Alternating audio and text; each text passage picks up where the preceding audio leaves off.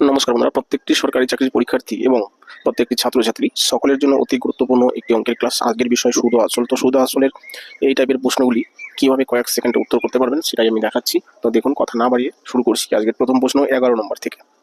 তো 11 নম্বর প্রশ্ন বলেছে যে অনুরাগ 56,500 টাকা 12% সরল সুদে 3 বছরের জন্য জমা রাখলেন।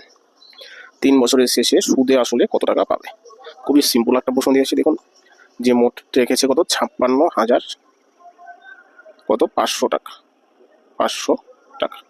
আচ্ছা, এই টাকাটা রেখেছে কত বছরের জন্য? 3 বছরের জন্য। হলো কত পার্সেন্ট সরল সুদের হারে? 12%। তাহলে পার্সেন্ট উঠে গেলে নিচে 100 হয়।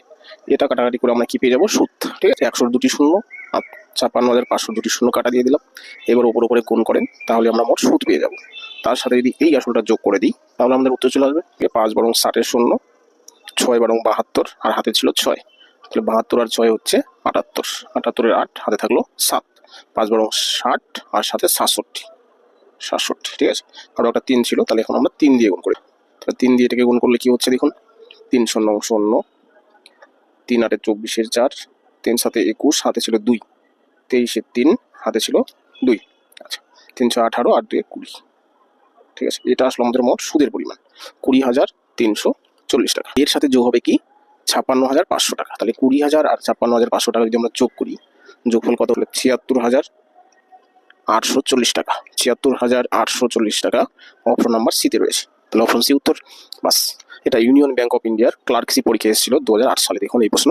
আচ্ছা, তাহলে চলে আসছে নেক্সট কোশ্চেন। দেখুন, পরবর্তী প্রশ্ন 12 নম্বর বলেছে কত টাকার বার্ষিক 10% হারে একদিনে 1 টাকা সুদ হবে?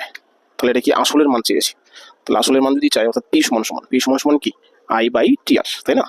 আসল সমান আসল চেয়েছে, আসল সমান সমান I/TR। আই মানে কি? সুদ, তাই না? তাহলে আই হচ্ছে 1 টাকা, তাহলে 1 টাকা বসালাম বাই TR, বাই মানে ভাগ দিয়ে দিলাম, টি মানে টাইম, টাইম হচ্ছে 1 দিন, তাই না?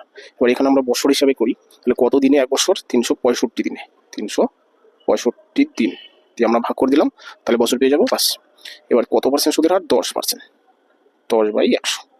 10-এর একটা শূন্য, 100-এর একটা শূন্য কাটা। আর এদিকে হচ্ছে যেহেতু এটা ভাগ চিহ্ন, ভাগটা গুণ হয়ে গেলে কি হবে? তাহলে 1 ইন্টু এই দুটো সংখ্যা উল্টে যাবে, তাই না? যে 1 ইন্টু 365 উপরে চলে গেল, ঠিক আছে। এই 10টা উপরে যায়, এটার সাথে গুণ হয়ে যাবে, কিছু না। অর্থাৎ কি 1 দিয়ে গুণ করলে কি হবে? 3,650 টাকা। অপশন নাম্বার বি দেখুন উত্তর। ঠিক আছে।